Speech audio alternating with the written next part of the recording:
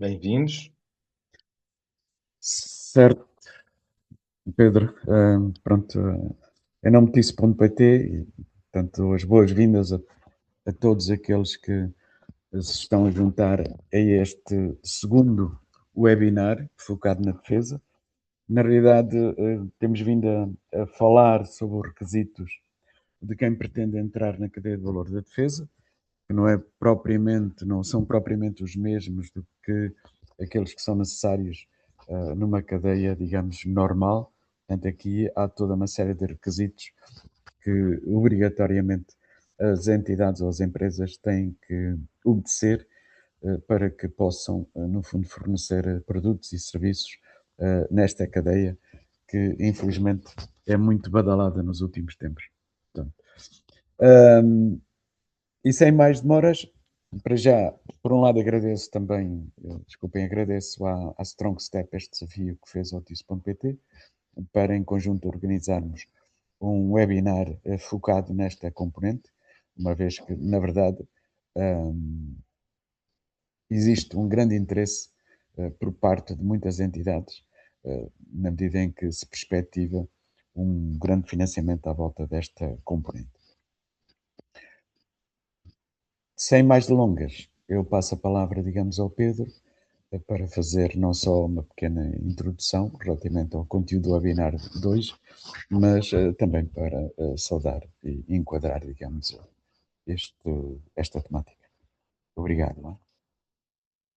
Muito obrigado, Engenheiro Vasco Lagarde, e também muito obrigado ao Tice.pt por esta oportunidade de reunirmos com quem está aqui hoje, não é? De quem está interessado em entrar neste mercado ou aprofundar os seus contratos, os seus serviços, o seu volume de faturação nestes temas como fornecedor, e já vamos ver também formatos é que podemos fazer este fornecimento, os vários níveis, como entrar na cadeia de abastecimento, vamos também ver financiamentos. Vamos também falar de normas que ajudam, portanto, a poderem entrar, a poderem participar e a poderem ser reconhecidos neste setor. Portanto, que é um setor, como sabem, muito exigente, por vários motivos, não é? Um deles sendo que, no caso da defesa portuguesa, estamos a garantir a soberania do país, não é? Portanto, é fundamental garantirmos que os meios e as nossas capacidades funcionam quando são necessárias, quer de forma de dissuasão, quer de forma a cumprirem as suas missões. Portanto, neste sentido, então vamos passar a iniciar este webinar. Meu nome é Pedro Castro Henriques e sou o CEO da Strong Step. A Strong Step tem estado a ajudar, juntamente com o TIS, também a entrarem, as empresas que querem entrar neste setor, e vamos continuar a fazê-lo, explicando também aqui, já neste segundo webinar, um pouco o contexto, como é que o mercado europeu está a dinamizar-se, também as oportunidades que aqui surgem, como é que ele funciona, portanto é muito importante aqui percebermos como é que o mercado funciona, e este é talvez um dos conceitos mais importantes, que é, se estão a entrar no mercado novo, ou se estão a expandir, têm que perceber o contexto geral deste mercado, quais são os players, os stakeholders, não é? As partes interessadas, onde é que estão as oportunidades, que este é um mercado que é preciso estudá-lo bem para entrar da melhor forma. E para isso também é importante perceberem que exigências é que este mercado tem. Há normas que são esperadas ou há normas que são valorizadas e que podem fazer de vocês um fornecedor preferido, não é? Dando estas garantias que estão certificados, estão a cumprir com um conjunto de pontos que são fundamentais para quem nos contrata, não é? Portanto, a gestão de fornecedores cada vez é mais importante. Nós temos que garantir que a nossa cadeia de abastecimento da nossa própria empresa não põe em causa o nosso trabalho. Portanto, imaginem que vocês estão a fazer tudo bem, mas tem um fornecedor cloud, ou um fornecedor TIC, ou um outro fornecedor de eletrotecnia, ou seja do que for, que falha, ou que falha usando os vossos sistemas, ou que põe em causa a vossa segurança, pode, nessa cadeia, também pagar para o vosso cliente e isto levar a enormes prejuízos e perdas de contratos, e questões legais, e questões de imagem e de idoneidade. Portanto, e a Strong Step aqui também explica um bocadinho qual é este caminho que é preciso fazer, quais são os passos a dar para vocês estudarem, se é este um caminho que querem seguir, se é um caminho que querem aprofundar, e depois perceber então, ok, onde é que estão os financiamentos, que permitem também entrar com outro apoio, outro arcabouço e sem, pronto, no fundo, tendo aqui algum financiamento, e é isto que estamos a falar. Muito bem, então qual é o contexto atual que nós diariamente, quando ligamos a televisão, vemos muitas notícias sobre a questão da defesa e a importância da defesa. Alguns números aqui que também queremos partilhar convosco. Em 2025, a defesa, o investimento da União Europeia cresceu 11%. Portanto, estamos a falar de um aumento de 17 mil milhões. Portanto, vejam o que é que isto pode representar também de oportunidades para a vossa empresa. Portanto, há esta janela que está aberta, há requisitos mínimos necessários para conseguir entrar, o despesa, a despesa na Europa foi de 381 mil milhões, não é? O tal crescimento bastante acentuado e o objetivo, que tem sido a falar já há algum tempo, de 5% do PIB de toda esta comunidade europeia, que é o maior mercado exclusivo mundial, é de 5%, portanto, o objetivo. E porquê é que isto importa? Qual é o interesse disto? O que é que estamos aqui a falar? O que é que isto representa para as PMEs e para as empresas que aqui estão, portuguesas, internacionais, etc. Portanto, se há este investimento, quer dizer que vai haver mais contratos. Portanto, vai haver não só oportunidades, mas como dinheiro para fornecedores que estão preparados ou que estão-se a preparar e mostram esse trabalho, está a ser feito, ou que já estão a implementar, ou que já implementaram, e que têm serviços que são críticos para este ecossistema. Por exemplo, software crítico embebido, como muitas empresas aqui do TIS.pt, que o engenheiro Vasco Lagarde bem conhece, sistemas de comunicação, IoT, portanto, Internet of Things, cibersegurança, a parte da proteção de dados, portanto, também muito crítico, não é? Vemos agora com o NIS 2, isto tem crescido exponencialmente e a oferta não chega para a procura, portanto, mesmo em Portugal, só olhando para o mercado nacional e toda a Europa, as empresas de cibersegurança não conseguem dar resposta a todos os pedidos que lhes chegam.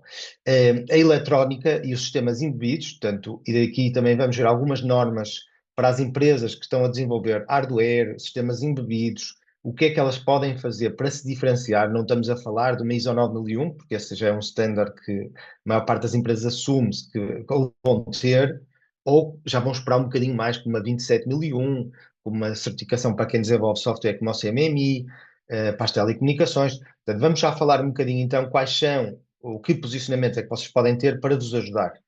Alguns dos primes em Portugal conhecidos, não é? Embraer, Portugal, a Indra, Portugal, Leonardo, a Ogma, o próprio CEIA, não é? Que tem estado a fazer um conjunto de projetos, como nós tivemos também no nosso podcast, o Luz 222, não é?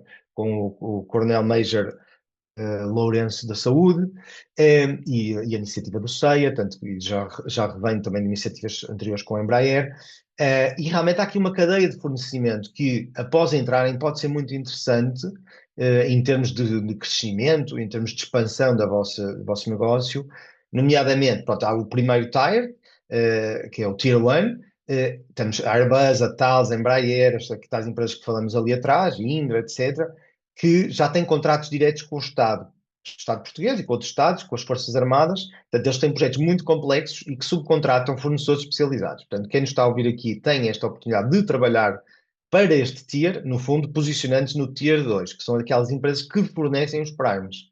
Portanto, isto estamos a falar de subsistemas, software, componentes. Portanto, aqui as associações e os centros de inovação ligados aos têxteis, novos materiais, calçado, tudo que for componentes para utilizar, e mesmo empresas ligadas e associações ligadas ao software e às tecnologias e às telecoms, como é o caso do TIS, podem ter os seus players, os seus membros, a participar aqui, como as empresas PMEs tecnológicas também podem se posicionar.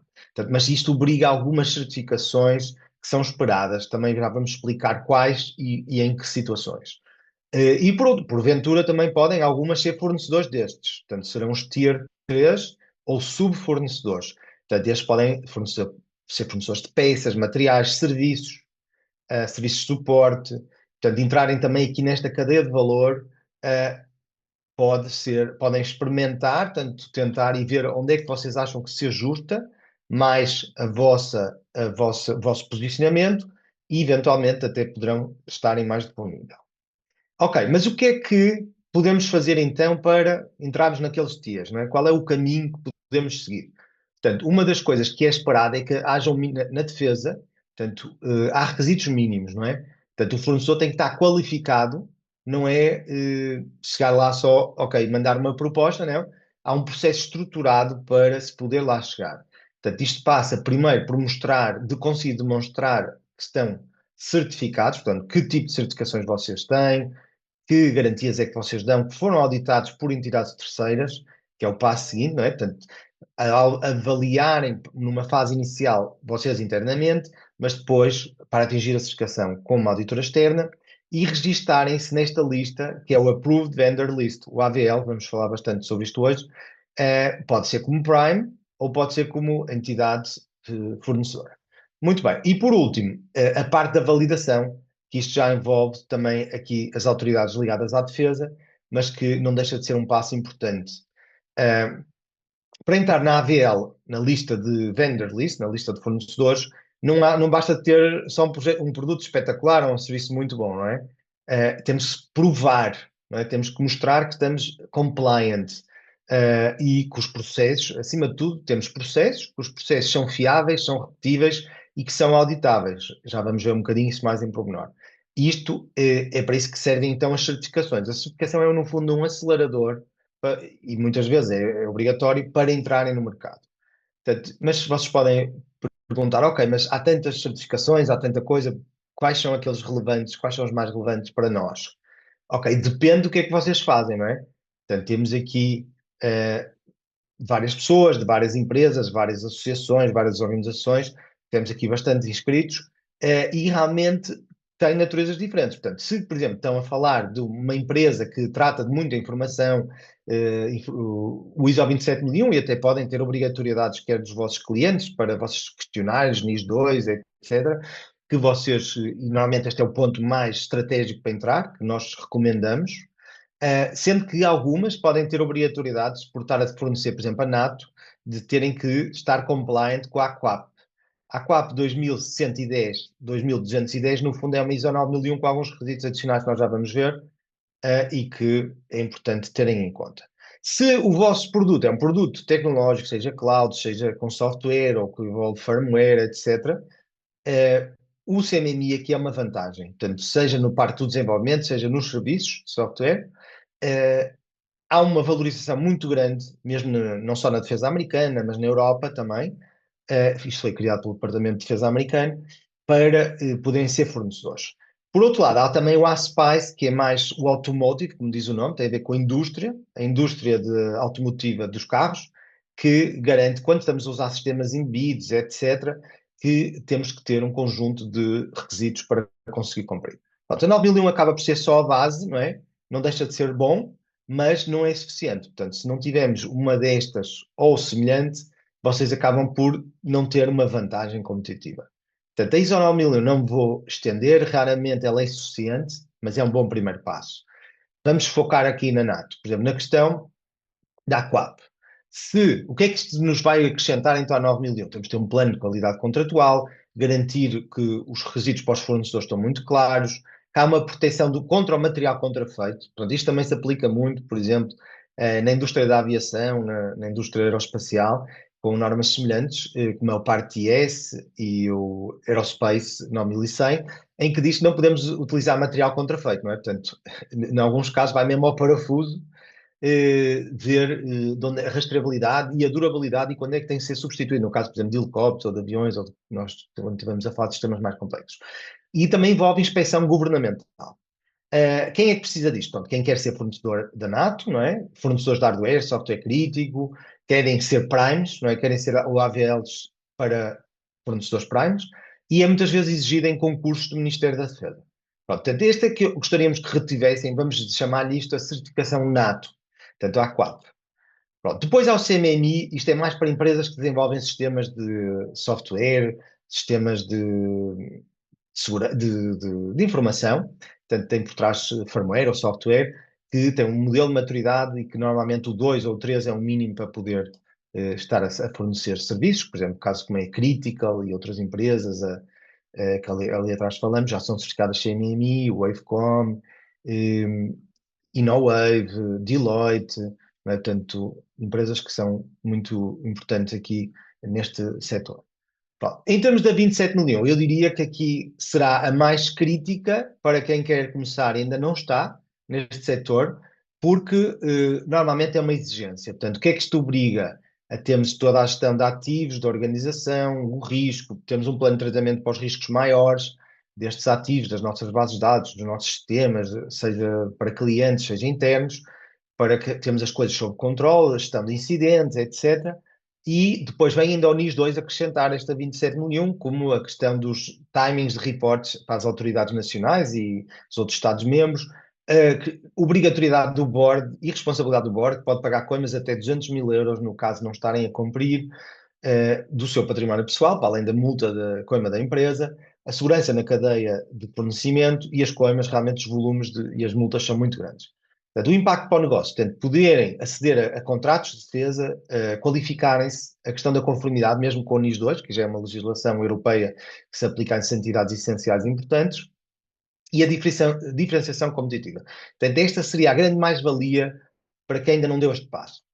Em termos da SPICE, o Automotive SPICE, portanto, no fundo, para quem está a fazer software, que é utilizado em comboios, aviões, veículos militares, sistemas de armas, sistemas de comunicação críticos, em que o software, se houver uma falha, aqui pode levar a mortes de pessoas, não é? Portanto, se estiverem a conduzir um carro, o carro falha, não é bom normalmente, não é? Principalmente quando os carros cada vez caminham mais para a autonomia, carros elétricos e muitas das vezes que já não têm os sistemas tradicionais redundantes.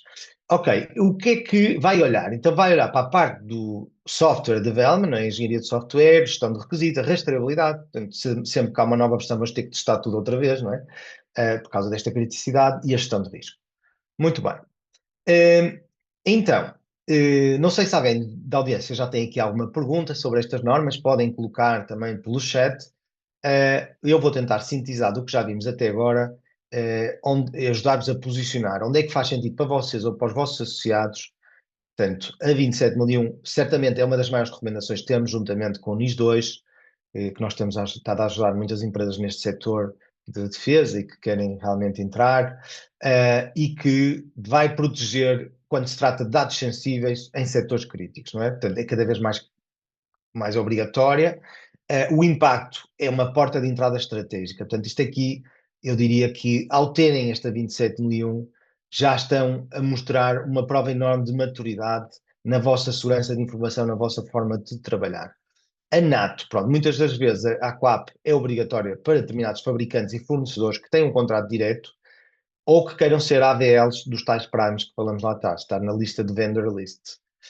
CMMI3, portanto, mais uma vez, como dissemos, aqui, ou para a Europa ou para os Estados Unidos, quando vamos fazer, e quando estamos ligados a serviço ou software, ou desenvolvimento de software, e para contratos também interessantes.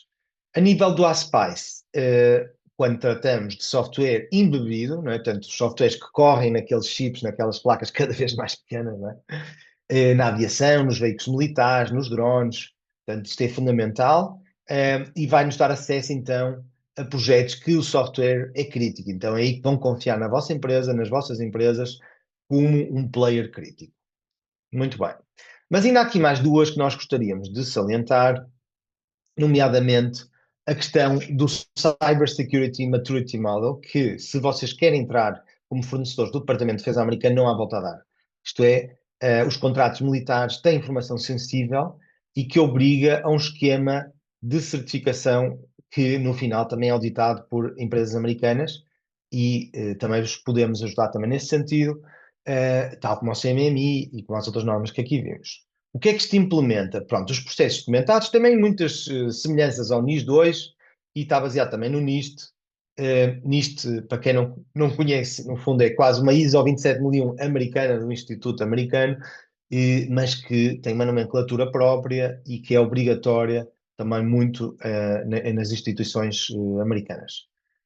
A parte de controle de acesso, encriptação dos dados, portanto, os dados não podem estar, mesmo parados, dados antigos não podem estar, não ter password, vamos simplificar-lhe assim, ou não estarem encriptados, não estarem protegidos contra, se alguém entrar, roubar aqueles dados, conseguir o que é que lá está. Se estiverem encriptados, não conseguem, mesmo perto com o computador.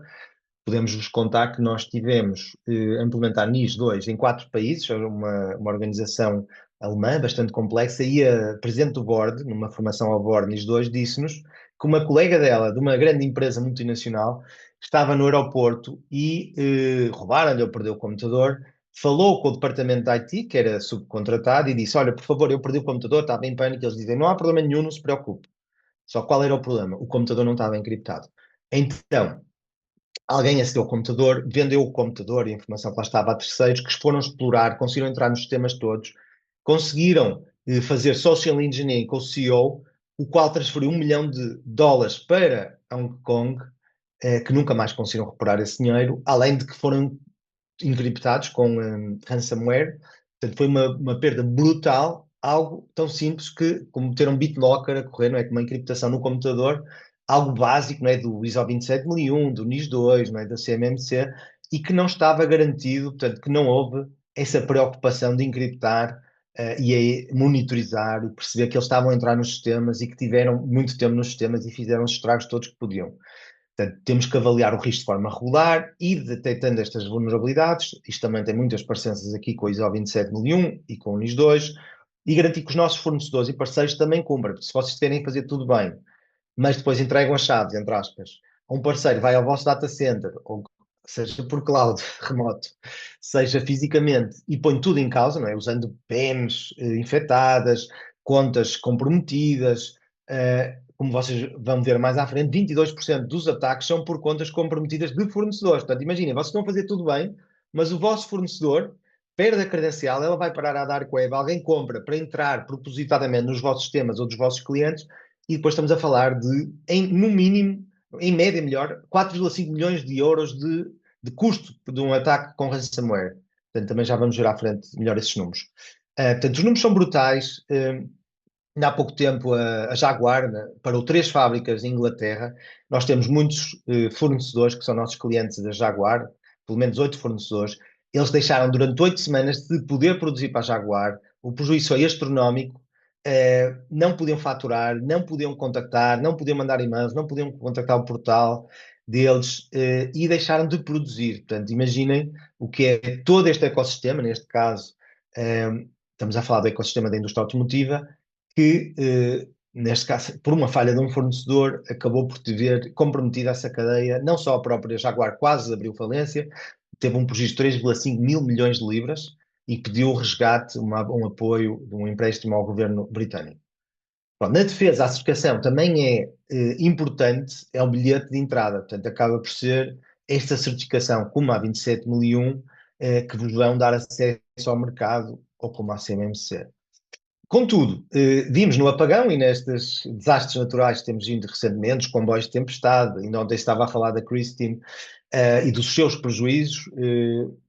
Rara é a empresa que nós falamos que diz que não teve impactos durante o apagão. Portanto, todos que aqui estão presentes lembram-se certamente de onde é que estavam, a que horas é que foi o apagão, o que é que vos aconteceu, se conseguiam falar com a família, se conseguiam falar com a empresa, se conseguiam deslocar, no caso de alguns com carros elétricos e garagens elétricas, etc. Houve situações das pessoas nem conseguirem sair de casa ou do emprego muitos nem conseguiram almoçar, nem conseguiam trabalhar, porque não conseguiam aquecer nem um café. Não é? Eu pensei na altura do apagão, pelo menos vou tirar um café. Ah, não, não havia energia. Portanto, as pessoas ficaram sem telecoms. Portanto, isto aqui mostra a imaturidade do nosso país nesta questão. Portanto, um dos nossos clientes, que fatura 150 milhões e está presente em 4 países, quando nós começamos a trabalhar com eles no NIS2, disse-nos: atenção, nós não tivemos impacto com o NIS2, com o apagão. E nós não tiveram impacto. Sim, sim, o IT e a rede continuam a funcionar. E eu, mas e a produção? A vossa fábrica que produz não sei quantos milhões por dia. Ah, isso parou. Aí parou. E quantos turnos? Ah, foi 3 turnos. Portanto, foi o turno da manhã, da tarde e da noite. Ah, então não teve prejuízo nenhum? Ah, pois, na produção teve. Que é muito substancial, não é? Portanto, os prejuízos para o país foi de 2 mil milhões de euros, segundo o Banco de Portugal. Portanto, estão a ver que a questão da continuidade, o endereçar a continuidade, nós temos ajudado muitas empresas nesta questão de ir ver o seu Business Impact Assessment, o que é os serviços críticos, as suas atividades críticas, quais são as dependências que têm, que redundâncias têm para isso, quais as dependências de fornecedores ou de outras partes da organização, para garantir que numa situação de crise conseguimos ter então um plano para gerir esse desastre, uma gestão de crise numa fase inicial mais para a parte da comunicação, mas depois gerir a continuidade e depois recuperar do desastre. temos estado a ajudar bancos e instituições neste sentido, mas as indústrias da defesa não podem também descurar isto, não é? As empresas que querem estar na defesa não podem, de repente, estar uma semana sem funcionar para o seu cliente, sem estar acessíveis ou com os seus sistemas em baixo.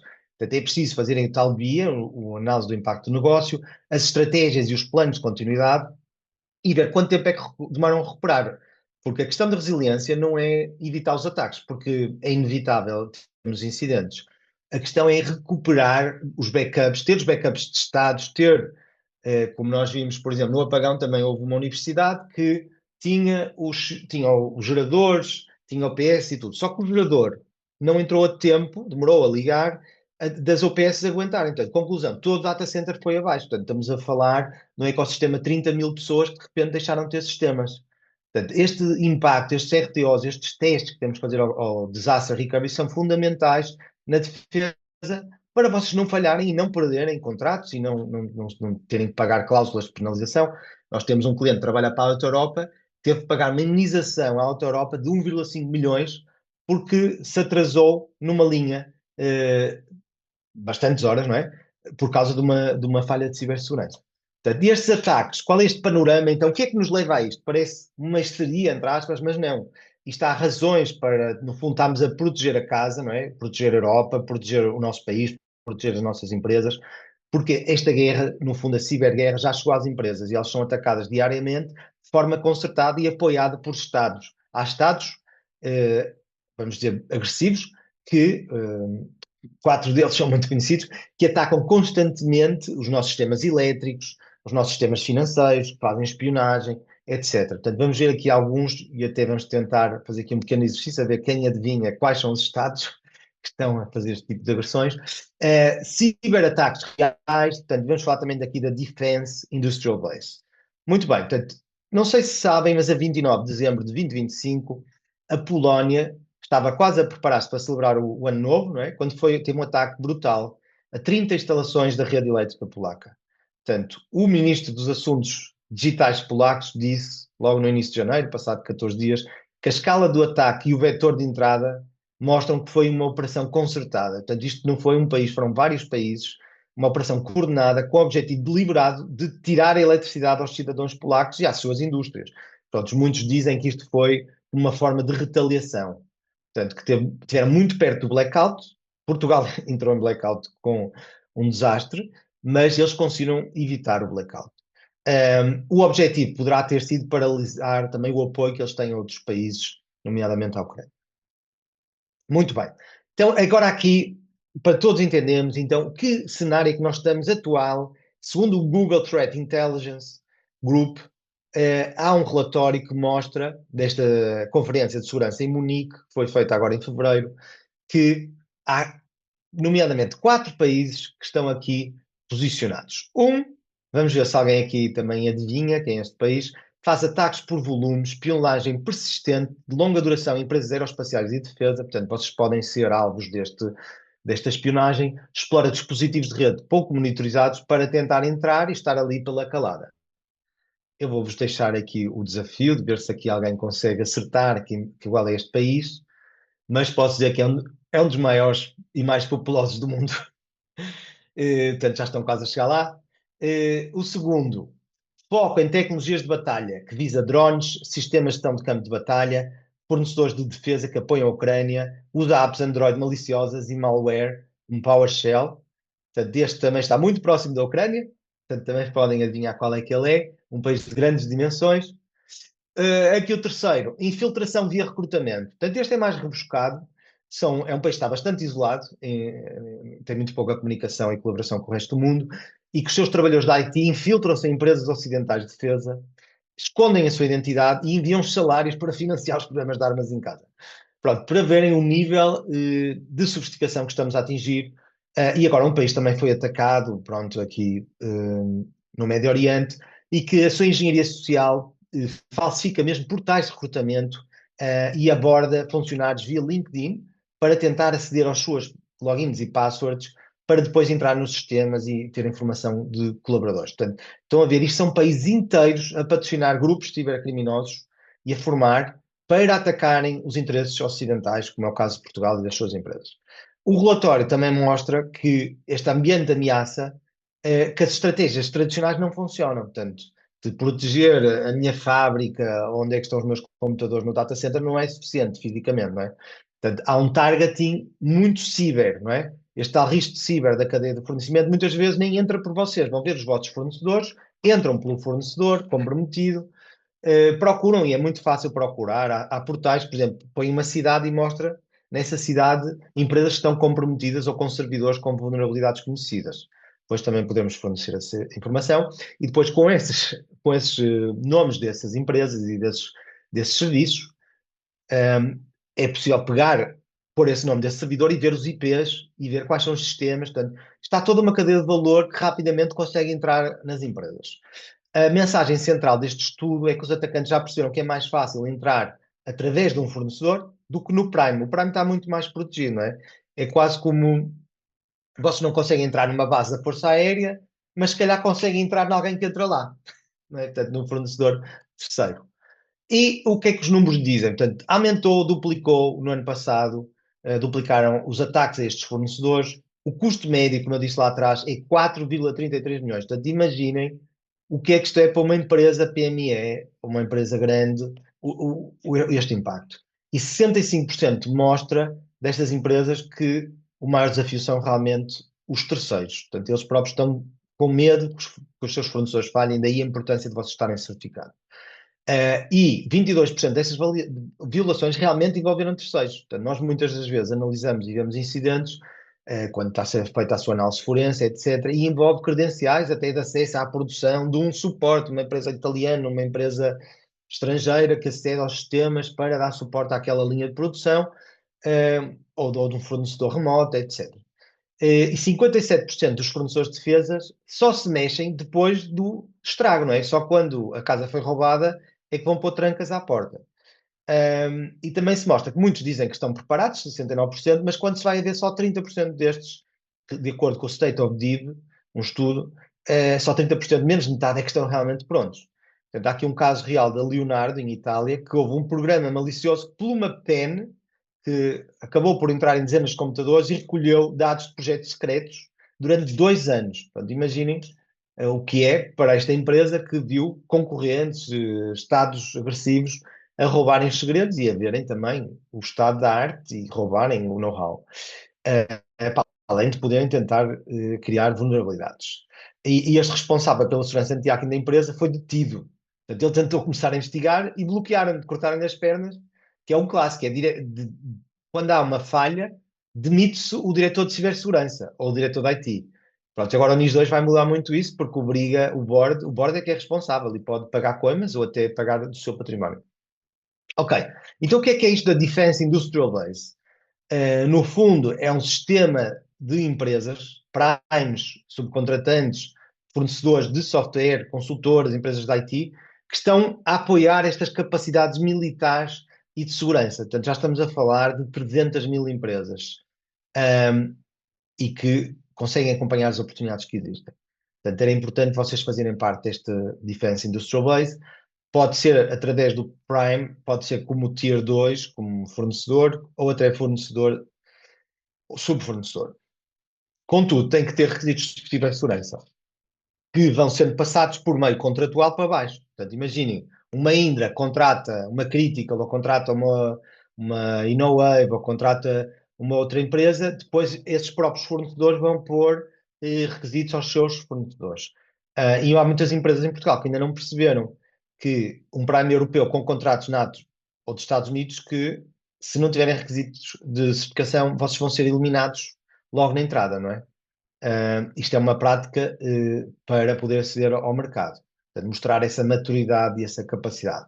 Portanto, quais são então as principais razões? Portanto, a responsabilidade legal, cumprirem com a legislação, a questão da propriedade, protegerem a propriedade intelectual, continuidade, como falamos lá atrás, a continuidade do negócio, garantir que o cliente não falha, o fornecedor não falha ao cliente, entrega sempre, se não pagam coima ou multas. A reputação, portanto, se vocês tiverem uma falha muito grave, pode pôr em causa outros contratos, outros clientes, e a questão da regulamentação, portanto, ao fazerem uma destas situações, elas estão interligadas e já vos ajuda a estar mais compliant. Portanto, quando um Prime assina um contrato de defesa, ele quer garantias do seu fornecedor. Portanto, assumem que vocês não vão fazer os erros mais comuns, não vão reinventar a roda e que ao certificarem estão a usar as boas práticas internacionais. Portanto, 50% dos fornecedores de defesa só depois de serem atacados é que fazem alguma coisa. Isto é mau, não é? Porque o prejuízo é muito maior. Afirmar, 69% afirmam que cumprem, mas afinal são só 30%, e já vimos que 22% dessas violações são dos próprios fornecedores. Portanto, ok, então o que é que vocês podem fazer? Qual é o caminho para quem está a começar em termos de certificação? O que é que podem fazer? E nós vamos explicar como é que nós temos ajudado já há mais de 18 anos as organizações a entrarem também neste setor. Primeiro é perceberem o que é que o vosso cliente está a pedir, não é? Quais são os requisitos daquele setor? É software? É sistemas críticos? É hardware? É sistemas militares? Quais são os requisitos daquele setor? Quais são os requisitos dos vossos contratos? Ok, depois vamos ter que formar o board, formar as pessoas, portanto, mesmo na questão do NIS 2, por exemplo, agora já não é só formar as pessoas do IT, temos que formar as pessoas do IT, formar toda a organização e formar o board. Workshops, depois pegar, após um gap análise, não é? Após percebermos onde é que vocês estão, vai-se ter que pegar e trabalhar os tais gaps, que são as falhas, não é? Verde já estão a cumprir uma determinada prática, de uma norma, amarelo mais ou menos, vermelho não estão a cumprir, portanto vai ser necessário então depois fazer, nem workshops, cobrir estes gaps. E não vale a pena reinventar a roda. E monitorizar, pois, a implementação e garantir então a auditoria externa. Portanto, em todo este processo, a Strong Step também vos apoia, e mesmo a questões de financiamento, temos parceiros que vos podem apoiar. Portanto, alguns dos financiamentos disponíveis para quem está também a querer financiar mesmo esta iniciativa de certificação e de entrada neste mercado. A economia da defesa tem 315 milhões para projetos dual, não é? Para consultoria, formação, são despesas elegíveis, para qualquer dimensão e que esteja em Portugal, não é? Não pode demorar mais de 2 anos. Depois há os programas EDIP, que são reforço das capacidades produtivas e desenvolvimento tecnológico, portanto, também já são 20 milhões no máximo por projeto. E depois temos aqui também o FED, Fundo Europeu de Defesa, que vai ter um voucher de 120 mil euros por empresa, portanto, já o ELDI é um bom acelerador aqui, uma boa oportunidade, e dá perfeitamente para cobrir os custos de certificação, de melhoria, de vocês também prepararem-se para capacitar então este setor e serem fornecedores, e que envolve também aqui o Defense Equity Facility para PMEs e mid-caps. Há Portugal já projetos aprovados, nomeadamente Inesctec, Silvamatos, etc.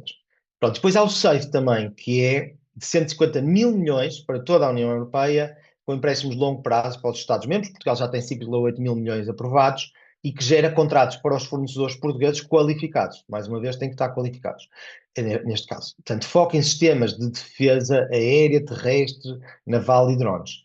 Portanto, estas fontes, o IACMEI, Portugal Defence, o Conselho da União Europeia, o Governo de Portugal, ECO e também o público, portanto, são fundamentais, mas também queríamos deixar aqui esta noção que é, isto é uma janela que está aberta, nós não sabemos por quanto tempo.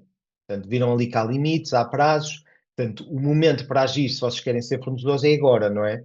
Portanto, e o mercado da defesa está a crescer muito, as oportunidades são boas, portanto, há vejam, outras economias, como por exemplo a economia chinesa, se tiver a crescer 6% é muito, Estados Unidos 2%, a Europa está a crescer 1%, e aqui estamos a falar de uma indústria que está a crescer 11%. Portanto, as oportunidades são enormes, mas temos que nos conseguir posicionar bem como empresas, como associações, para ajudar as nossas empresas a entrarem lá na cadeia de fornecimento da defesa e estabelecer relações de longo prazo. Porque ninguém quer aqui um fornecedor só porque é mais barato, quando já tem outro fornecedor bom que lhe fornece. Querem fornecedores inovadores, disruptivos, que dão garantias, que estão certificados ou a certificar-se e que vão nos ajudar às capacidades deste setor, não é? Antes que o mercado se feche, é importante vocês registarem-se também na AVL, que há um número limitado, e vamos passar então aqui ao próximo passo, que é, podem começar por fazer o scan com o vosso telemóvel, fazerem o scan aqui do nosso e-book, de como entrar neste setor da defesa, que tem algumas das informações que também já estão aqui nesta apresentação, que depois, se quiserem receber, também podem pedir ao TIS e à Strong Step para partilhar. De qualquer maneira, aqui com o download do e-book já é um ótimo primeiro passo, que aponta como fazer na prática, como fazerem, que passos é que tem que fazer primeiro, qual é a sequência, e para cada norma, que setores é que há.